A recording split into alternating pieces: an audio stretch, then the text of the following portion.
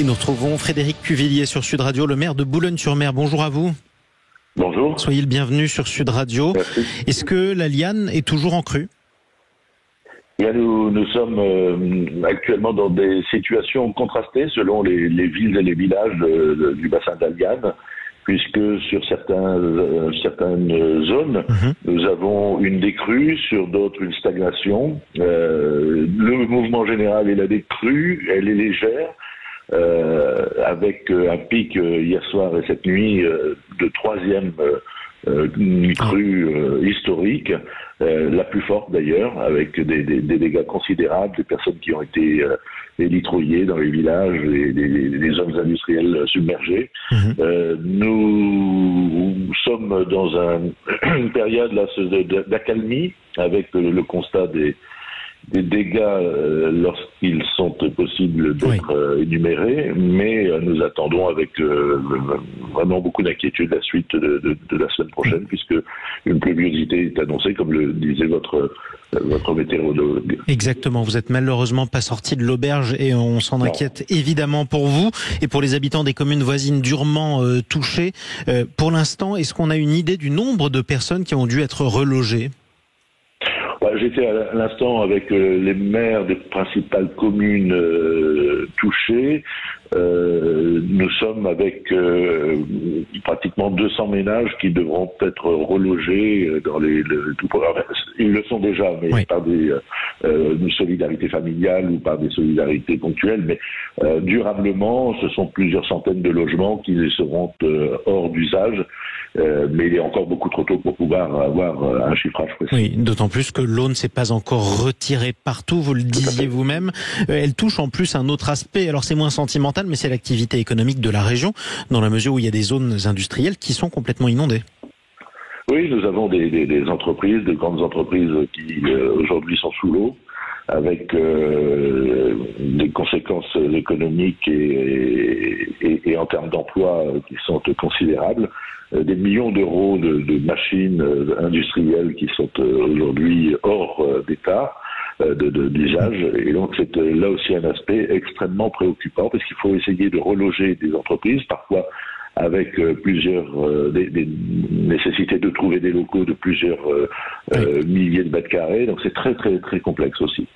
Qu'est-ce qu'on peut faire si on veut aider les gens du Pas-de-Calais, justement? La solidarité commence à s'organiser au niveau départemental, mais national aussi? Oui, et local. Nous avons une cellule de crise intercommunale, bien sûr. Nous avons des dons des collectivités. Je remercie un certain nombre de collectivités qui nous ont apporté des solutions en termes d'évacuation d'eau. Donc, ce sont vraiment des dispositifs plutôt industriels pour le moment, pompes, Karcher et autres. Et puis, nous avons mis en place une cagnotte solidaire pour toutes celles et ceux qui souhaiteraient pouvoir venir en aide. Ce sera géré par les CCAS et les bureaux d'aide sociale des communes pour regarder ponctuellement le reste à charge des familles qui n'ont plus rien, avec toutes les préoccupations d'assurance, tout ce qui ne rentre pas dans les assurances, les franchises, etc. Il y a des gens qui ont tout perdu, très clairement, dans le département. Tout perdu, ils ont tout perdu.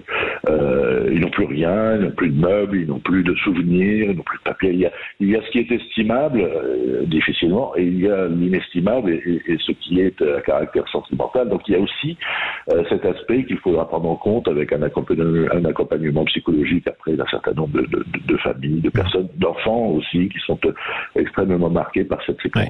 Est-ce que vous encouragez vos administrés à, pourquoi pas, accueillir ceux qui ont besoin d'être relogés en attendant ? D'abord, ils le font, puisque ce que je peux souligner, c'est l'extrême solidarité de la population, des démarches spontanées, des personnes qui viennent prêter main forte, y compris à des personnes qui ne connaissent pas. Donc, il y a là un élan de générosité, c'est rassurant. Parfois, on entend des messages qui sont inquiétants sur l'isolement, sur l'absence de solidarité. Bien, lorsqu'il y a des crises de ce type, moi, l'essentiel est là, les valeurs sont là, les belles démarches sont là, des belles histoires aussi, il faut les retenir. Et puis, nous aurons d'ores et déjà, et nous l'avons engagé avec les différents bailleurs sociaux, nous réservons tous les logements pour pouvoir faire face à l'accueil lorsque la vie redeviendra normale. Dernière question que je vais vous poser, Frédéric Cuvillier. Dans combien de jours les spécialistes vous laissent-ils entrevoir un départ des eaux ? Écoutez, nous ne savons déjà pas l'intensité des précipitations de la semaine prochaine. Oui. Ce qui veut dire que la Terre est gorgée depuis des semaines et des semaines d'eau.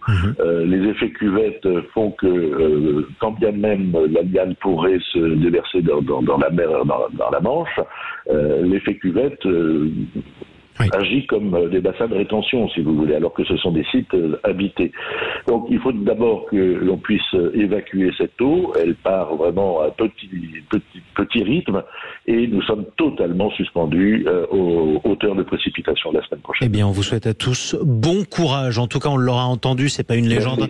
Les gens du Nord et du Pas-de-Calais, plus précisément, sont quand même sympas et ils s'entraident. Merci Frédéric Cuvillier. Bon courage à vous et à vos administrés. Maire de Boulogne-sur-Mer. Restez avec nous sur Sud Radio, il est 9h14.